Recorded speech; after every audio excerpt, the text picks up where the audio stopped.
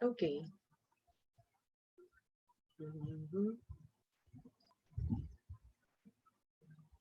Ano ba to?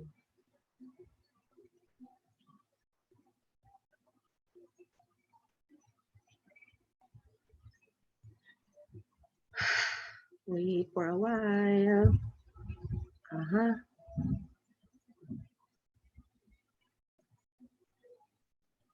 Chat. Okay na. Okay.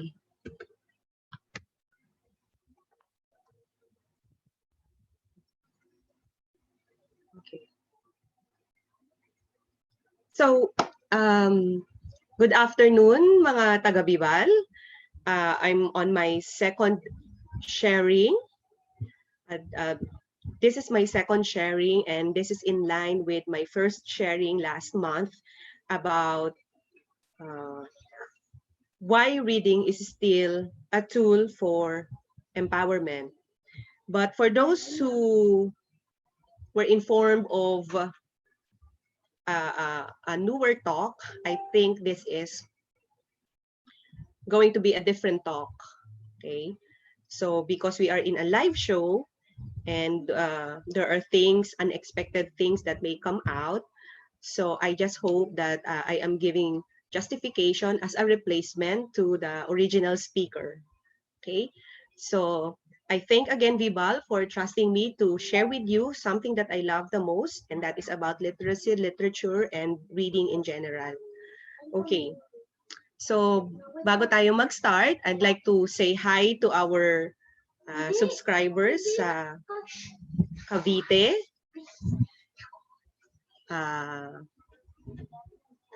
Cavite, Santa Rosa, Laguna, Gapan, Nueva Ecija, Capiz, at meron din po tayo from Dolores, Quezon. Okay, so stay safe, pray harder, and I hope that you'll get something from my simple sharing.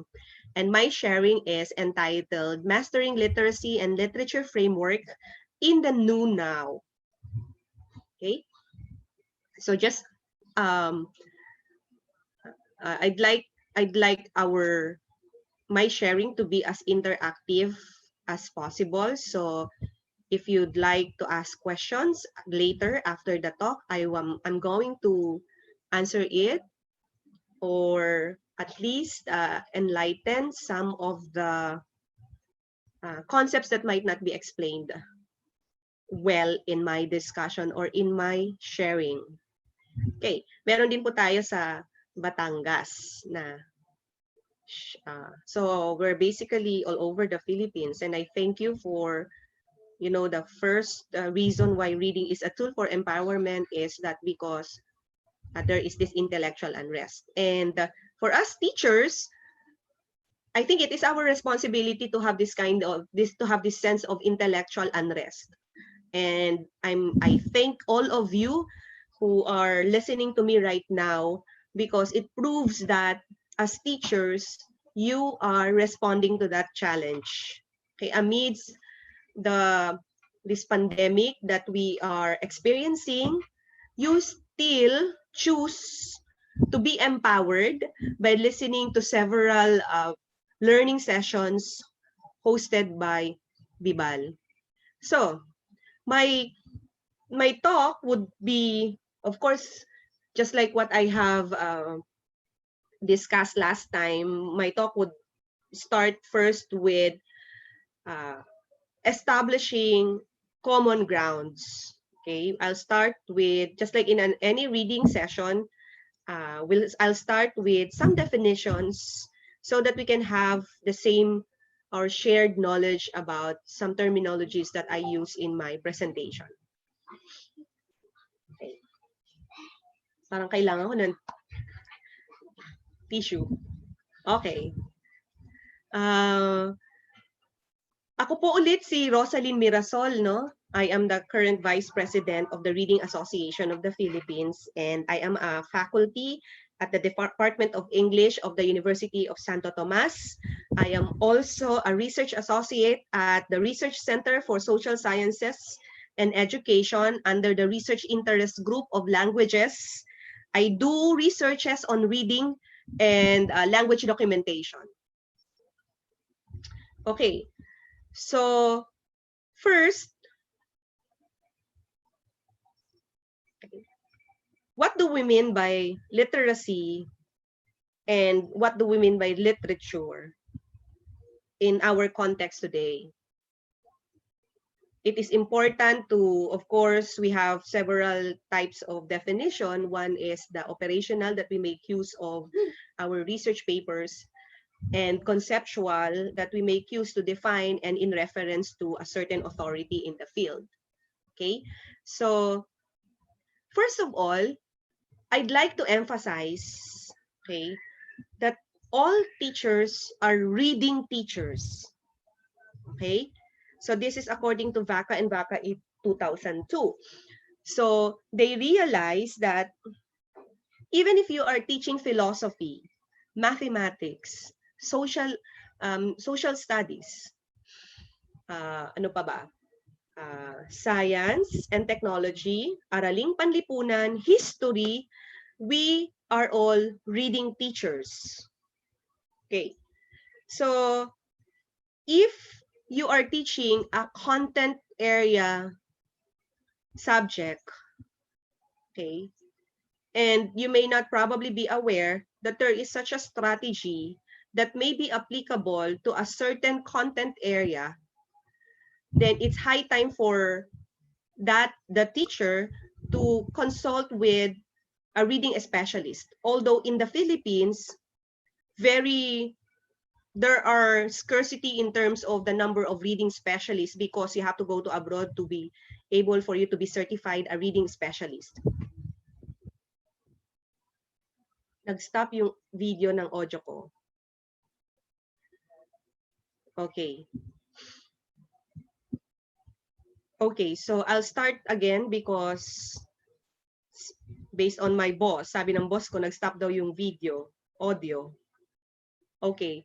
So, first, no, tulad po ng nababasa ninyo, all teachers are reading teachers. Hindi po sa akin galing yan, galing po ito kay Baka and Baka. Pero, I think it's also an important reflection for all teachers, no?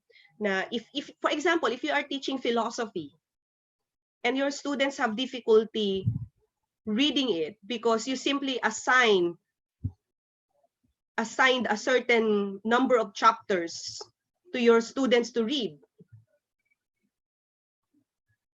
I think you have to ponder on the way you ask your students to read, because there is an appropriate reading strategy, okay? Reading strategy that may very well connect, okay? And may be able to the students to understand what you are asking them to read. Okay? Kaya nga importante na that our connotation for us, I'm an English teacher, and so Filipino teachers, no, laging sinasabi, hindi marunong magbasa, kasalanan niya ng English teacher, kasalanan niya ng Filipino teacher, hindi siya makaintindi, hindi marunong umintindi ng binasa, kasalanan niya ng language teachers, kasalanan niya ng reading teacher, kasalanan niya ng Filipino or English teachers. Okay? So yung konsepto na yon sa panahon natin, alisin po natin yun ngayon. That is already an inappropriate comment when you see some students having difficulty reading and understanding the print. Okay. You may not give them the necessary or appropriate strategy for them to better comprehend the text. That is why our call is that every teacher, you be an English teacher, a Filipino teacher, content area teacher like philosophy, critical thinking, science and technology, music, arts, physical education, health, technology, livelihood education. So I think you have the responsibility to be aware of the appropriate reading strategy. Okay po? So that's the first homophily that I would like to share with you. Okay? Yung common knowledge natin. Okay? All teachers are reading teachers. Maliwanag po ba? Okay.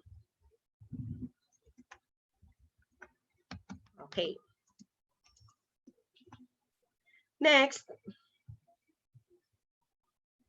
So therefore, because the framework that I have constructed involves terms like literacy and literature, I would like to make an operational and conceptual definition of what literacy is.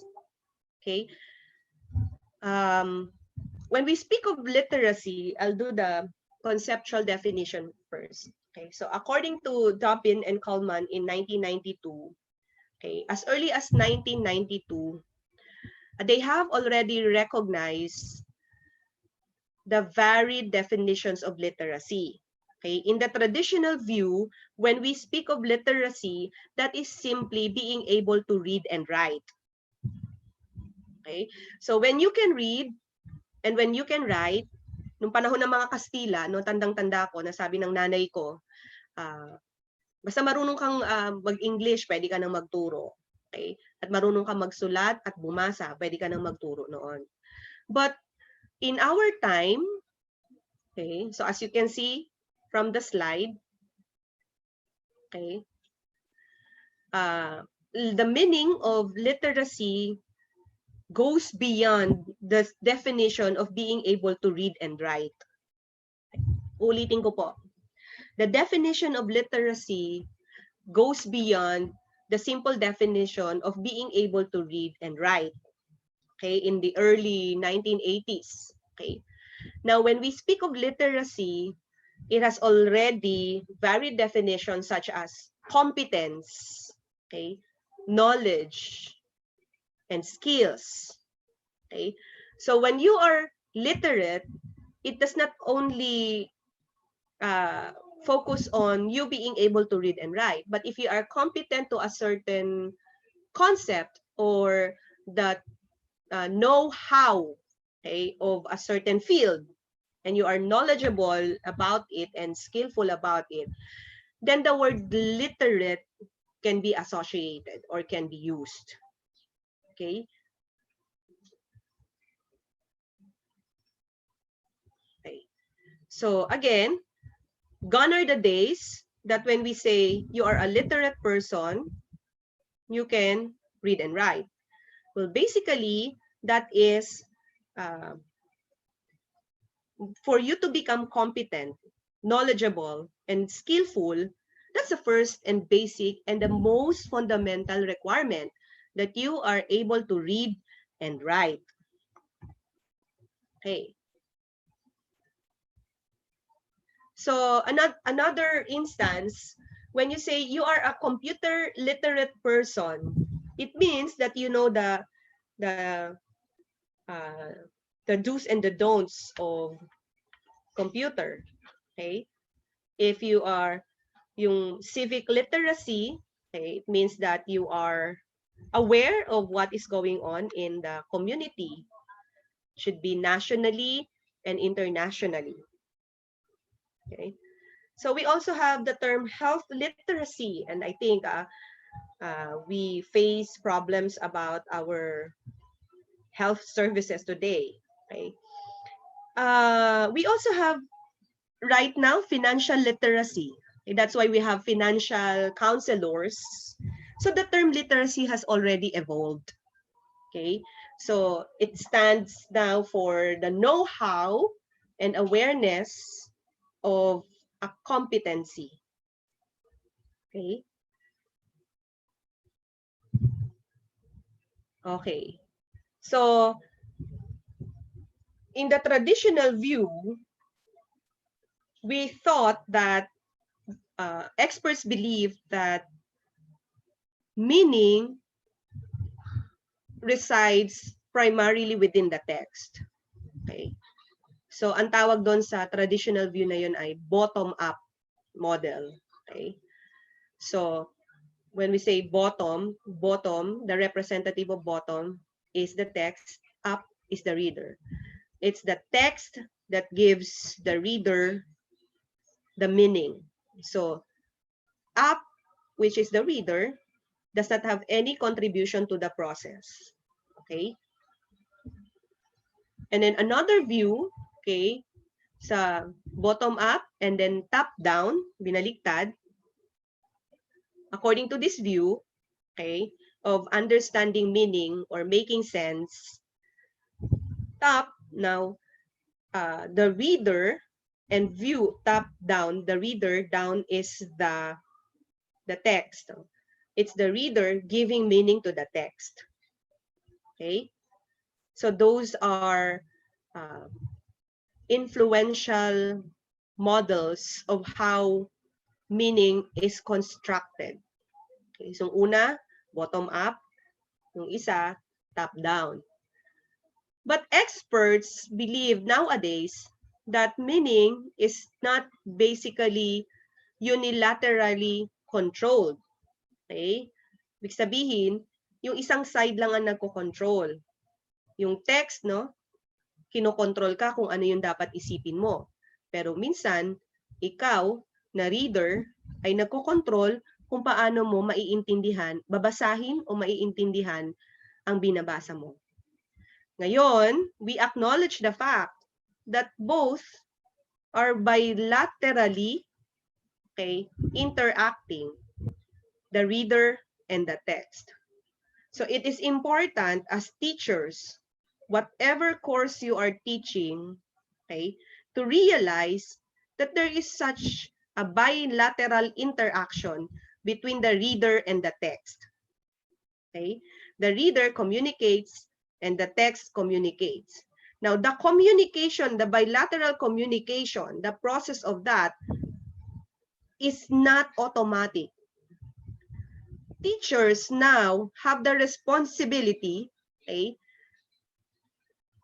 to make the students realize how to understand this bilateral process. So papasok na tayo, mga guro, okay, para mas maunawaan ng reader o ng learners natin basically of how we do the process. Okay? How the text controls us and how as you as a reader control the text. And how both are controlling each other. Isn't it amazing? Okay.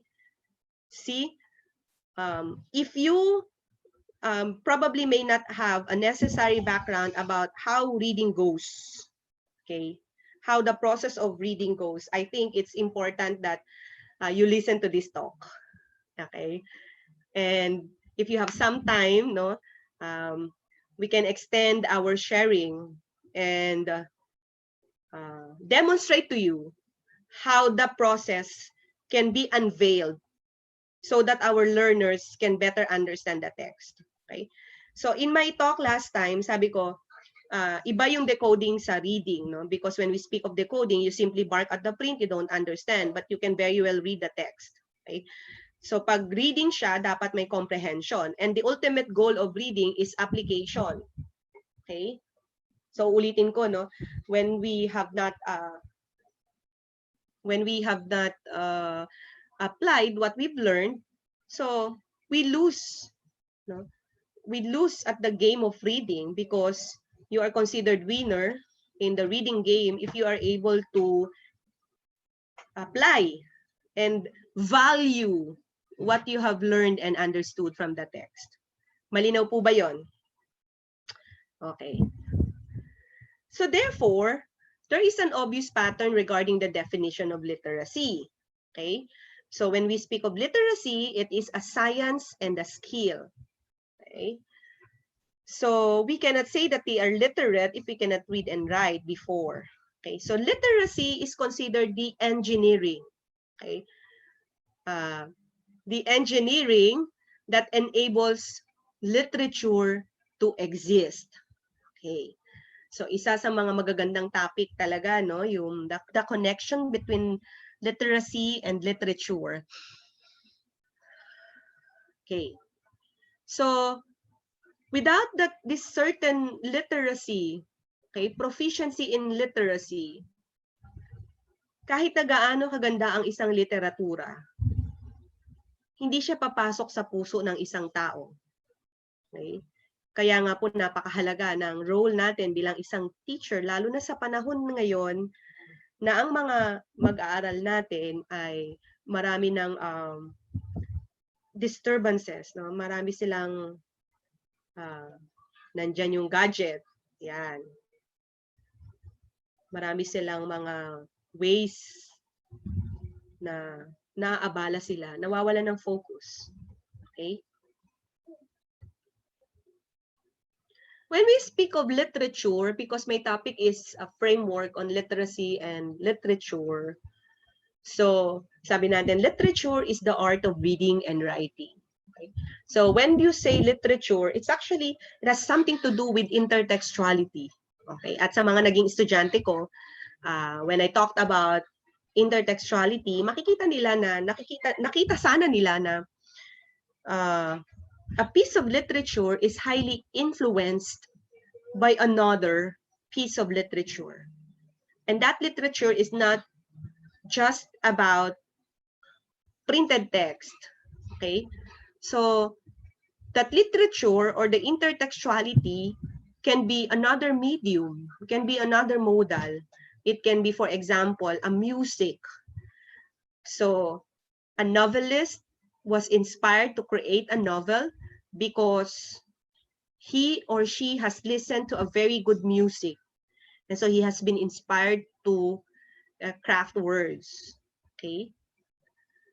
A painter, for example, okay, is inspired to paint because of a literature he or she read. He was inspired to paint because of a short story or of a novel that he or she has read. So when we speak of literature, it's not only concentrated with, what you see on printed text. Okay. So literature is also the cerebral and the visceral of humanity. Okay. So when we speak of cerebral, kailangan natin ng talino, no? Yung sinabi ko po noon na the power of our mind, okay, put into word, okay, whatever processes that we have in our mind, in our brain, and then we put it into words. There you can see the beautiful power of our mind, okay.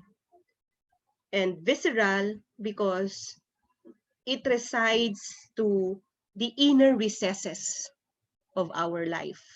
Kaya nga nakakalungkot, no, nung mga nakaraang buwan yata ay mga taon na sabi tanggalin daw ang asignaturang ito, no, na hindi naman maaari kasi mawawala ng cerebral and visceral component ang curriculum natin. Okay. Okay. So amazingly, literature can reflect both the cerebral and the visceral side of humanity.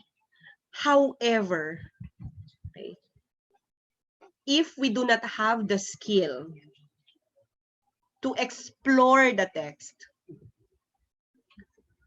then any great piece of literature is not at all successful in terms of reflecting the cerebral and the visceral aspect of humanity.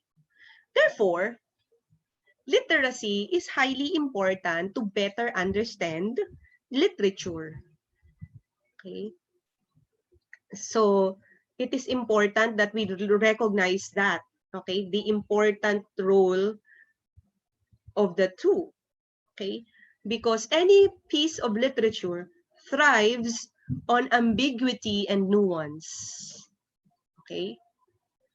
So when we speak of ambiguity, because the author, no, if we try to look at the how we understand a piece of literature, we first have to understand the stance of the author. Kaya nga ambiguity, no, ambiguous. We have to explore that. So when we present a text, we don't just present a text to our student. We need to look into the author's stance. That's why we conduct authorial study or study. Okay? So literature requires the reader, okay, and the writer to have profound insight into the human condition and to be able to comprehend and or convey those ideas with skill and imagination. So remember how we make sense of the text, how we try to understand the meaning. Okay, there is really a process, the bilateral process of understanding the two processes involved. Okay, because when we speak of literature, the meaning is may not necessarily be present literally.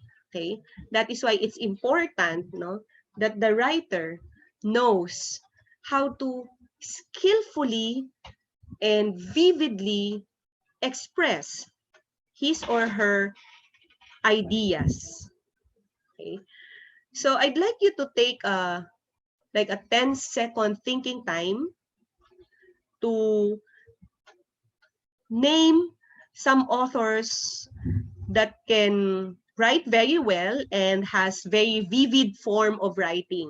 Okay, I can give one, no, because if you know our novelettes before, okay, I don't want to mention any, but novelettes, the writers of novelettes, the small novels that we buy at the store, minsan pa nga nirerentahan natin yon, di ba? Very vivid, no? Every aspect of the story is vividly described by the writer. So, can you think of a writer who writes very vividly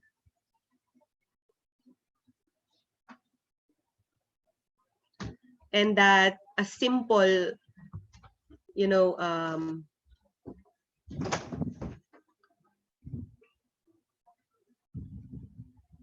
okay, sabi ni Joanna Suarez, Antoine Exupéry, sabi ni Yoriza Marie Calalo, J.K. Rowling. Okay. Wow, napaka bookworm naman ni Ma'am Liza Orense. Sabi niya, William Shakespeare. Hindi ba mahirap intindihin yung ibang story, mga tragedies ni William Shakespeare? But for Ma'am Liza Orense, madali siya intindihin. Huh? Sabi ni Ma'am Jill Contapay and Genoveva Edrosa Matute and Ma'am Elaine Arboleda, sabi nila Edgar Allan Poe. Okay. Sabi ni Ma'am Maricel Halarcis and Maril Arlene Ramos, Edgar Allan Poe. And then sabi naman ni Mary Jane Jaime, Mark Twain. Mukhang ang mga viewers natin ay American literature teachers. Okay, sabi ni Ces Niebla Mosquite, Robert Frost. Sabi ni Noni Lee Valeros and ni Maybe Vinci and Ma'am Mariel Angelo Olan, Jane Austen. Mukhang mga American literature teachers ang karamihan sa atin. Sabi naman ni Ma'am Abigail Canilaw ay Ogmandino. Sabi ni Ma'am Mona Lisa Morales, Luwalhati Bautista. Sabi ni Ma'am Virginia Puede, Mark Twain. Sabi ni Ma'am Vanessa de los Reyes, Leo Tolstoy. Wow! See, I am very proud that our teachers are highly, are bookworm. Sabi ni Ma'am Carla May Garcia, Paz Benitez, our very own. Okay. At syempre, meron tayong mga contemporary writers, sabi ni Loisy Grace Lorena, si Mitch Albom. Sinong hindi nakabasa sa mga novels ni Mitch Albom? Okay? So, thank you to those who responded. Okay. So, as you can see in the slide, okay, we know then that, okay, meron pa raw isa, si Ma'am Arnelito Piape Yambao, Sir Arnelito Piape, our very own F. Shonil Jose. Okay. Okay, so it's amazing at least that our viewers are highly participative and that they are all bookworm. Okay, so we always remember that literature as the artifacts of literacy is crafted for men. Okay, meaning men are the ones consuming, okay, any piece of literature. That is why it is important, okay, that literature may be translated to a meaningful conversation between the bilateral, remember the bilateral communication. Okay. We should be able to bridge the gap, okay, that might separate or hinder our students from learning that wonderful piece of literature that is crafted for us, for men. Okay?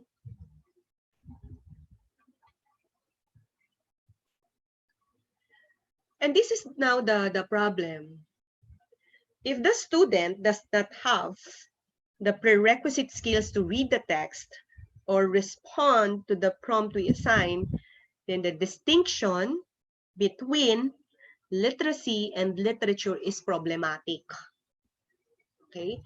So I'm sure all the teachers that are listening to me right now have this problem in terms of freely asking our students to appreciate that piece of literature. Okay, why? The very reason is that they don't have this kind of literacy to attack the text.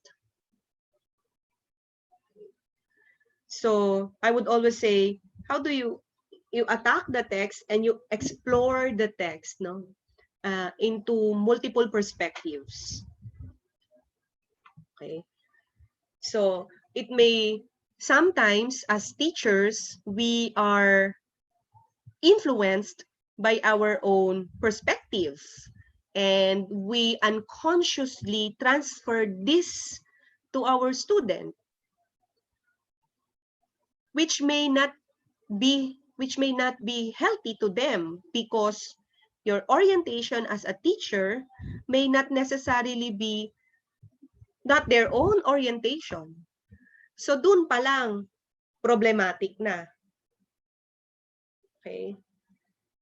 So that is why our high time now, our generation today looks into the interests and attitudes of our students in terms of appreciating the texts. Okay? At mahabang usapan po iyon. Okay? So when we discuss the literature of the interests and motivations of students to read, it's a SEM, no? It's not just a one-day discussion. Okay. Another thing here is if the teacher is super guided by the teacher's guide. Okay. Sometimes, diba, we have a story and there are questions, and sometimes teachers, and most of the times teachers are given a teacher's guide. I think it is problematic if we try to look at the answer at the teacher's guide and look at the different answer the student provided, and you say the answer of the student is wrong. That is already problematic. Why? Because the author, just like what I've said, the author of the book, of the textbook, may not necessarily be the same orientation, no? The orientation of the writer of the textbook may not necessarily be the orientation of the student. And if you say that the answer of the student is wrong because it deviates from the answer in the teacher's guide, that is already problematic, my dear teachers. Okay, why? Because I think it's also important to look at how our students, no, how the processes of our students. I'm sure you know the product orientation and process orientation. So if we are into product, you may necessarily go against the processes of the students. Kaya nga po, no, in a reading class, we don't accept a right or wrong answer. Okay? So if you have already understood, no, how the student processed his or her answer, then give due justification for the answer of the student. You just don't give zero to them, to the test. Okay, so I guess it's another difficult topic, but looking into how our students attack the text or explore the text, I think it is also important to look at how they do it, not the way we do it. Okay. Diba, sabi ang mga bata ngayon, dati raw, pag nagbabasa, from left to right. Ngayon sa pag-aaral, hindi na left to right eh. Letter F na. Pababa muna tapos to the right. Nagiging letter F na yung visual reading nila. And we have to look into that. Okay? So, as a teacher, therefore, it's important to look at that.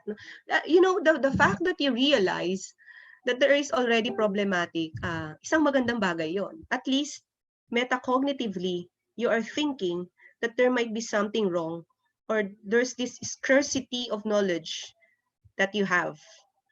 And therefore, you are open to, say, unlearn to relearn. Okay? Sometimes kasi, if we have been influenced by a very good teacher in our graduate school, we tend to be loyal to that ideology or philosophy or that concept na pagdating sa classroom, iba pala. Okay? So, sometimes, most of the time, I think we need to unlearn to relearn. Okay? Okay, so the question is, how do we bridge the chasm between literacy and literature? Say, just like what you have mentioned earlier, my dear teachers, those are very good piece of literature of authors.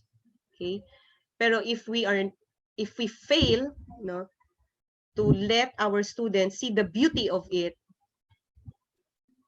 that's problematic. That's problematic. Okay, so how do we bridge this division, no? So kailangan as teachers tayo yung magiging tulay. So ang naisip ko, connection. I highly believe in the power of connection. And I think that we have a very good connection because I am able to connect with you. Okay? So, what do we mean by connection? Yung tinatawag nating connectionism. Okay, so the framework that I have conceptualized, okay, I hope may help you into looking into the connection between the students and to try to bridge the process, no, the bilateral communication between the two agents. Okay. So, simply lang, literacy and literature framework. Okay. So, of course, when we say literacy literature, no, it's the artifacts of literacy, and it's to be consumed by the reader. The first and last consumer would be, of course, the reader. Okay, and any reader must be. We as teachers, we need to develop, although it is difficult in reality, we develop the intrinsic motivation for the students. Actually, it does not only start at the school. Alam niyo naman po yun, no? Sa bahay dapat start na. But that's another topic, no? And it's a very difficult and challenging topic to talk about, the role of parents. Okay. Siyempre, the connection will be between, in terms of connection, we try to look at the skills and the genre that the reader is reading. Okay. So there must be a strong connection, and we have to establish this connection, that we need to teach them the skill. Skills are something, it's not automatically learned, di ba? When we speak, kaya nga hindi siya talent. Pag talent, it's automatically learned. It's endowed to us. It's genetically endowed to us. But skills are learned. So these are, I think, possible if we try to look at how we teach our students the following skills. Okay. So the first is, okay, you need the connection between the reader and the text. Okay. So, and there are many instances when I have heard from the teachers that based on their previous seminars, or probably a certain boss told them that the WH questions should not be asked. Okay. The who, what, where, when should not be asked. So we say the literal level, no? So my stand to that is, why should you not ask the WH questions? Besides, no? So ano yung analogy ko dyan? Ang analogy ko po dyan, okay, when you meet a person, for example, hindi po ba literal mo muna siyang i-observe? So the literal assessment. What is his name? Saan siya nakatira? Those are WH questions. The WH questions, my dear colleagues from the teaching profession, are important in establishing or in digging deeper questions. Okay. So it's important, no, that we allow our students or the readers to connect with the text. Okay. And connecting to the text may necessarily need word recognition. So sabi natin, pag word recognition, we include automaticity. Okay. It's of course the very first thing that we need to do is to look at the text. And if the words are read automatically, then the student or the reader has a high level of automaticity, which may necessarily help, no, with the comprehension. Okay. So examples would be narrative texts. I think Filipino readers love to read narrative texts.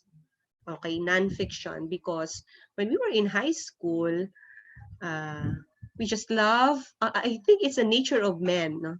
To narrate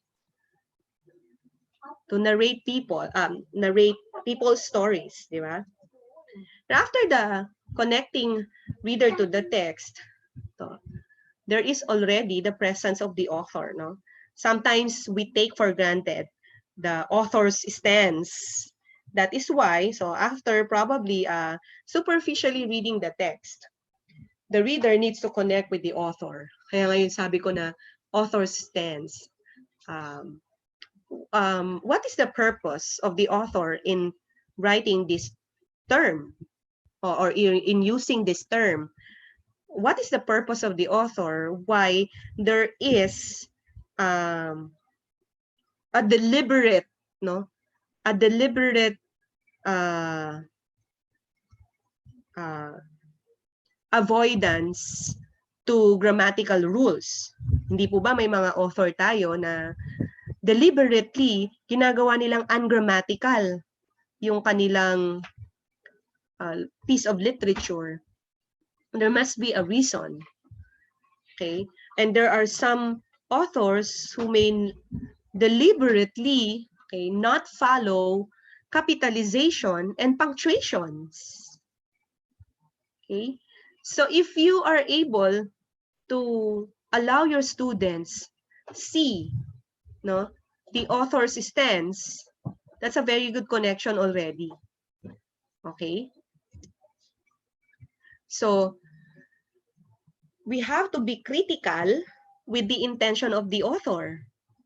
We have to be critical with the purpose of the author.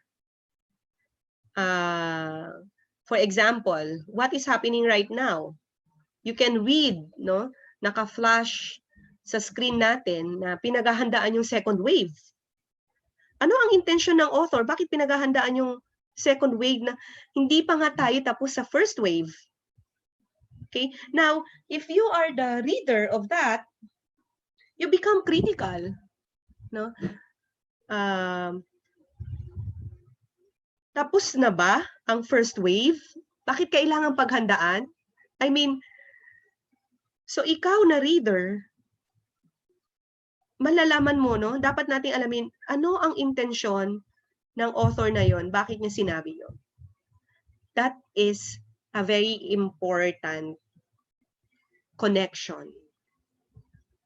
Ang classic example ko po dyan, yung paulit-ulit ko itong sinasabi sa mga estudyante ko na tingnan ninyo yung Mi Ultimo Adios at saka yung novel ni yung mga sulat ni Jose Rizal.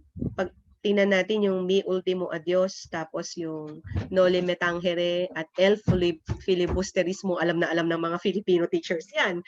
Okay? Ano yung intention ng ating pambansang bayani sa tatlong literature na yon? Pieces of literature. Magkakaiba yung purpose nun. Okay?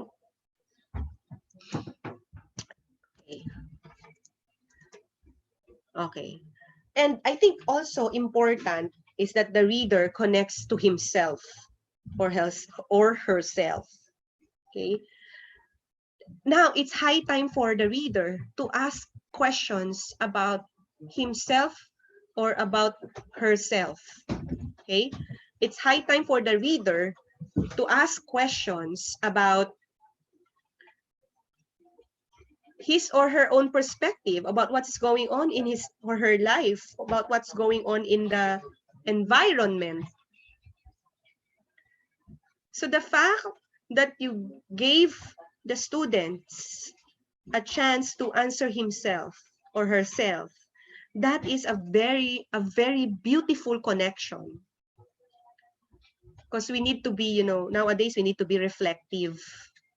Okay, so it's important that the students or the readers ask themselves. Okay, so I'd like to ask question. No? I'll give you 10 seconds again to answer. Pag nagbabasa po kayo, ano yung lagi niyong tinatanong? 10 seconds.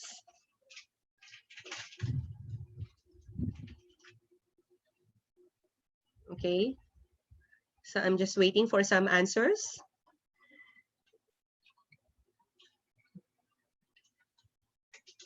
Okay.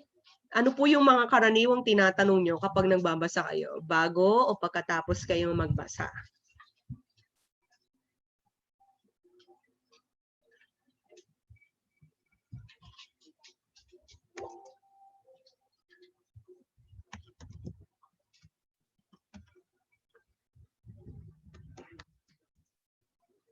Okay. So, ano po yung karaniwang tinatanong ninyo? Ayan. Sabi ni Ma'am Michelle Mercado, the moral of the story. Okay. Okay, very good. Very good construction. Moral of the story. Kasi karamihan na babasa ko, what is the moral lesson of the story? There is no less. Okay. So dapat magaling si Ma'am Michelle Mercado, no? Moral of the story. Sabi naman ni Ma'am Marilyn Varona, what is the text all about? Oh, that's a very good question. That means you are already connecting with the text. Okay. Medyo malalim si Sir Chris de la Roca, sabi niya, character connections and character history.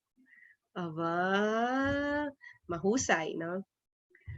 Sabi naman ni Ma'am Jenny Soberano, ano ang aral na nais na iparating ng author? Okay, so parang pareho ni Ma'am Michelle Mercado. Malamang si Ma'am Jenny ay isang Filipino teacher. Okay. Okay, very good, Ma'am Cornelia Matutino. Ang sabi niya po ay, how do I relate? That's a very good question, Ma'am Cornelia, because I think if we can really look at the connection, no? Kaya nga I'm sharing with you this framework of how to be able to connect with the text, the author, the reader. Meron pa tayong isang tatalakayin, no? Mahusay na tanong 'yon. According to Ma'am Sheila Bercades, how does this literature reflect the society today? Wow! At dahil nasabi niyo po yan, Ma'am Sheila Bercades, ayan na po yung next connection natin. So if you try to look at the framework, okay, so when we speak of the reader, you now have that evaluative skill, no, that you are already appreciative of what you are reading. Okay, so the next would be, okay, application. Okay. And the last, according to Ma'am Sheila, na natanong niya, the connection is, it's the reader connecting to the world. Okay, because any piece of literature, okay, can actually reflect what is happening in the society. Okay, I don't want to sound biblical, but if you try to look at the Gospels, no, the Bible, it seems that until now, nangyayari pa rin yung reality nung panahon ni Jesus. Pero ngayon, it very well reflects what is happening in the society. Okay? So when you are able to make connection between the text, the author, the reader himself or herself, and the world, I am very, very sure that the connection will not be problematic anymore. Okay? Now, another thing here is when the reader connects to the world, okay, you try to look at what is essential, okay, and now you start to become evaluative, okay. So the skills that you are already developing is your evaluative skills. You now realize how this piece of literature changed your life, and probably you become contented with what you are and who you are. Okay. Now, if you're able to connect these, my dear teachers, okay, you would like now to have what I call the indefatigable reader. Okay, ulitin po natin, indefatigable reader. What I mean when I say indefatigable reader, as simple as a tireless reader, that the reader who does not stop if he or she does not understand a certain text or a certain concept. Now, when you are indefatigable reader, you can basically answer the questions that linger in your mind when you are already, while you are reading the text, and not only stopping from the end of the text. You try to look at the value that we can learn from these texts. Okay, now how do we know if our learners are ready for the challenge? So I still have 3 minutes, or depending on my boss. Okay, how do we know? So sana nauunawaan po yung framework that I proposed. Okay. Now, how do we know if our learners are ready for the challenge? Because you see, this process is really a challenge for the student. Okay. Of course, you need to assess them. We have to assess our student, and assessments, my dear colleagues from the teaching profession, assessments may really be difficult. Now, what assessments do I mean? It means cognitive and non-cognitive assessments. We try to look at in terms of cognitive assessment, we try to look at the comprehension level of the student. Okay, and we try to look at the gap. Okay, so when I say cognitive assessment, because there are levels of comprehension, baka the students can only answer the literal level questions. Okay, inferential questions. Now we try to look at the ability of the students to comprehend the text. Okay. When we speak of non-cognitive assessments, ito yung paborito ko. No? And actually, most taken for granted assessment, yung tinatawag nating non-cognitive assessment, because sometimes we worry too much about the ability to think of our learners, that we tend to forget that they also have their reasons why they are students, okay, or why they are in our class. Dito na papasok yung non-cognitive assessments. Ito yung reading attitudes, reading motivation, and reading interests. Okay, so in terms of cognitive assessments, meron tayong rewards intervention.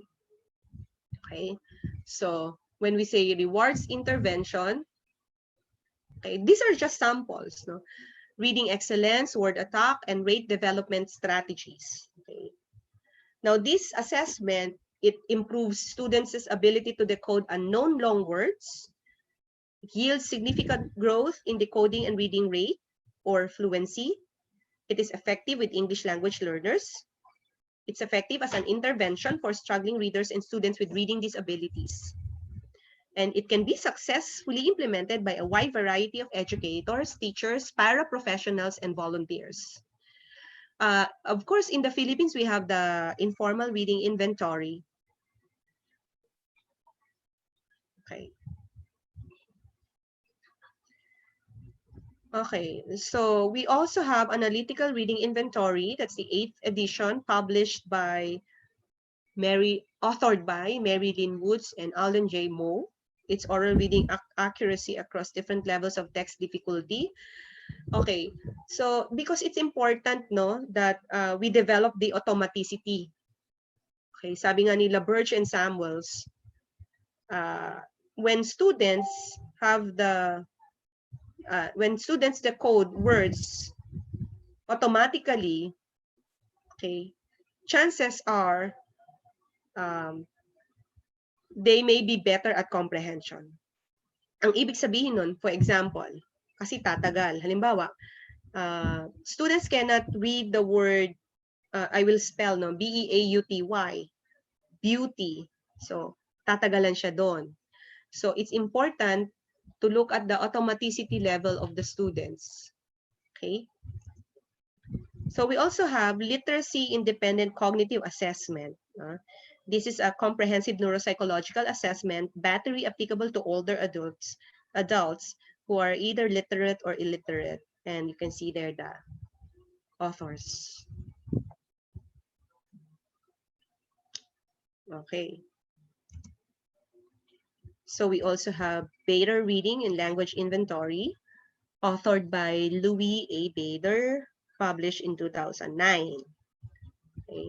This is a complete inventory on reading comprehension, language comprehension, decoding, cipher knowledge, phoneme awareness, letter knowledge, concepts about print, phonology, syntax, and phonological awareness. Okay. That is why we give due recognition to our elementary teachers, because they are really the foundation of learning. And saying that, we really need to help empower our teachers, no, in the elementary level. Sa kanila, sila talaga ang bayani, no, sa formal education ng learners. Okay, so it's almost the same, no, in terms of the Bader Reading and Language Inventory and the Brigance Diagnostic Comprehensive Inventory of Basic Skills, authored by Albert Brigance, published in 1999. It focuses on reading comprehension, language comprehension, decoding, also cipher knowledge, letter knowledge, phonology, and semantics. That is on vocabulary and morphology. Now, the second assessment, which I am currently working on in the academe, is the non-cognitive assessments. No? I have published my research in an international publication about the reading attitudes of senior high school students, and I was just lucky to be able to have correspondence with the author, who is Michael McKenna.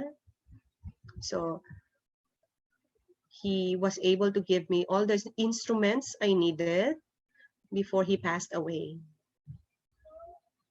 Okay. We also have the metacognitive survey by Shaw and Dennison. When we speak of reading attitude, dalawa po yan. We have the elementary reading attitude survey, which I have adopted. No, I have a publication coming out, and that's about the survey that I have conducted amongst grades 4, 5, and 6. It's out to publish probably in a month. So we have the elementary reading attitude survey. Okay. We also have the adolescent reading attitude survey. So they have several, it has the study or the instrument, the study of Michael McKenna and others is already replicated by a number of countries. Okay, so that's why when I emailed Michael McKenna, he was so happy that the instrument is already available for Filipino learners. Okay. Okay. So I guess it's important to look at the balanced literacy framework, because as you can see, it encompasses reading, writing, communication, and oral language, and in both print-based and digitized forms. Okay. And I think it is also important, no, to look at our young children to actively engage in the teaching learning process, okay, so that they would be able to construct meaning and make sense of the world. Okay? Okay. So there you go. I'm done with my presentation. I hope that we can now become, we can better connect with the text, with the author, with ourselves, and with the world. So if you have questions, somebody is assisting me from Bibal. Okay. So I thank you for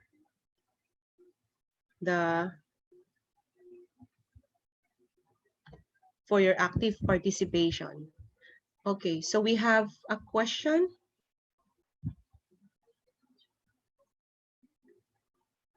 Okay.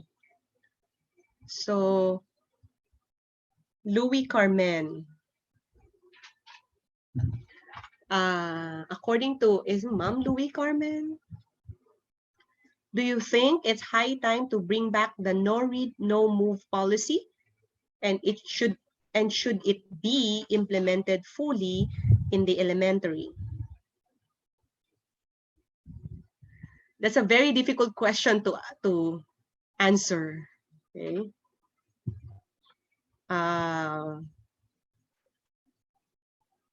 I think as early as possible, we need to look at the intervention. Okay, not that that plan. So as early as, probably as early as the formative years, no, we have to look at, medyo issue yan, ma'am, eh. Alam mo yon, sa Pilipinas issue talaga yan. So it's very difficult to answer, but if I were one of them in the higher ups, no, I would focus on the readiness of the Filipino people. Okay, not just the elementary students. So as early as kindergarten, so parang mas dapat na pagtuunan natin ng pansin. No? We try to look at the assessments that I have mentioned. Baka naman puro cognitive assessment na lang ang ginagawa natin, di ba? And it is pressuring our students or our learners. More so, it's more pressuring for the elementary student, pupils, di ba? So I think it's an important consideration to look into the readiness of our curriculum. Di ba po?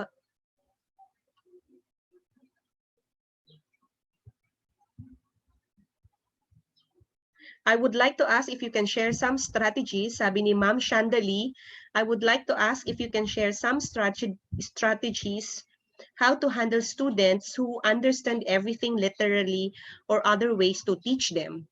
Okay. Ma'am Chandali, meron tayong tinatawag ng critical literacy. Okay? At ang mga bata, actually, sila nga po ay nagkakaroon na ng ang tinatawag nating metacognitive ability. So, kung napapansin natin yung mga bata na nagtatanong ng word na ano yung laging ginagamit, no? Hindi what no? Bakit? Okay. Bakit? Parang puro bakit, nakakasawa ng sagutin yung puro bakit na tanong. Pero I think we have to answer the questions. Okay? And teaching critical literacy to the students, no? Our learners is important, and that there are several strategies, no? However, the focus of my sharing is not the strategy, but I am going to share it with you probably in kung may next session, kung may speaker na hindi makaka-attend at tatawagan ako. Hi, Ma'am Sally. Okay, next. According to Sir Jose Rani Ili, when you are reading a translated work, do you believe that there will always be something that is lost in translation? Well, meron tayong dalawang klase ng translation, no? Yung tinatawag na, I'm not sure, no? Baka pagalitan ako ng teacher ko na si Virgilio Almario at si Dr. Coroza, no? Baka mali yung isagot ko. Pero meron tayong dalawang klaseng translation, yung truthfulness to the text at yung being able to translate the meaning of a certain text. Okay. Do I believe that there will always be something that is lost in translation? Sabi ko nga, no, kapag word per word, baka naman nakakalimutan mo na yung meaning. Okay? Kapag meaning ka naman, yung ninanais, yung author's stance ang itatranslate mo, baka naman nakakalimutan mo na yung mga salitang mahalaga kasi you are only, your focus is on the meaning itself. Okay? Is there a perfect translation? Okay. Okay, according to Ma'am Lynn Havillonar, with the results on PISA recently, what intervention can you suggest to educators as well as learners to improve on reading? You know, ang Reading Association of the Philippines ay nagkaroon ng pagpupulong tungkol dyan sa result ng PISA natin. It's isang araw bago matapos ang discussion about that. But there are many interventions proposed. Number one is I'd like to believe that when we build a community of learning, siguro isa sa mga ways to intervention, you say, no? We start with the community. Nakakita ka na ba ng community na nagbabasa together? Parang wala. Lalo na ngayon sa panahon ng COVID. Pero I guess, somebody in the community must be the, siya yung maging spark. Pwedeng sa community mo, ma'am, simulan. Tingnan natin. I-document mo yung gagawin mo sa community mo at tingnan natin kung may significant effect ba ito. Pero nakakalungkot ang PISA, although marami din namang nagsasabi na ang result nun ay questionable. Okay.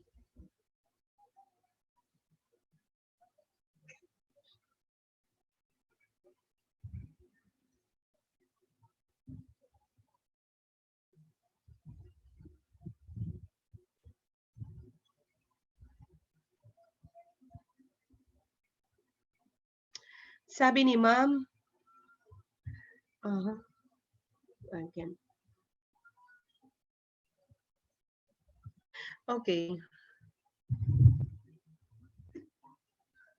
Sabi ni Ma'am Reniza Forcadilla. Good day, ma'am. You have mentioned earlier that you are into research. Have you looked into the most common problems of Filipino students who are having difficulties acquiring the fundamental skills? I wonder what you mean by fundamental skills. Ito ba yung nagsisimula sa tatlo, sa phonemic awareness? When we say phonemic awareness, yung alphabet knowledge, napakahalaga yon sa pagbasa. At sa isang eskwelahan kung saan ako naimbitahan na mag-share, napag-alaman ko na nakagraduate sila ng kindergarten na walang alphabetic knowledge. And that is really problematic. Okay, because alphabet knowledge is a fundamental skill. Now, if the pupil or the learner or the reader cannot recognize our alphabets, then that's really problematic. Okay. Okay, according to Ma'am Mary Cancino, I think this is the last question that I can. Okay. How could we, that I can answer? Ma'am Mary Cancino asked me, how could we possibly develop various reading strategies now that we are applying online learning? Okay. Now, Ma'am Mary Cancino, I think the issue on online learning is not settled yet because most of our Filipino learners do not have access to the internet. But when we speak of reading strategy, the one that I have shared earlier, the framework that I have shared, okay? And then if you keep on just asking your students about their meron po tayong dalawang stance sa pagbasa, no? Meron tayong tinatawag na aesthetic and efferent stance. Okay? So when we speak of efferent stance, ito yung mga informative concepts from the text. Okay? Pag sinabi naman nating efferent stance, ito yung emotional appeal, no? I think it's high time for us to look into the students' emotional capacity, especially that now we are in this kind of situation. So they also have their own voices. Now you have to give them an appropriate, no? Well, you think an appropriate text material that you can explore, no? That you can explore, then I think you can actually make them connect to the text and to themselves. Kasi nga minsan, akala natin, yung text na binabasa nila isolated from what is happening to their surroundings and to the reader, to themselves.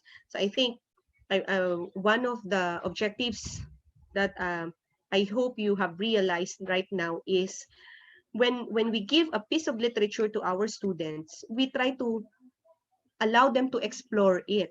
You guide them, no? You don't impose on what we know, but we guide them. We don't impose on what we know, but we guide them, no? It's really important that we're here, no? We make our presence, although it's very difficult.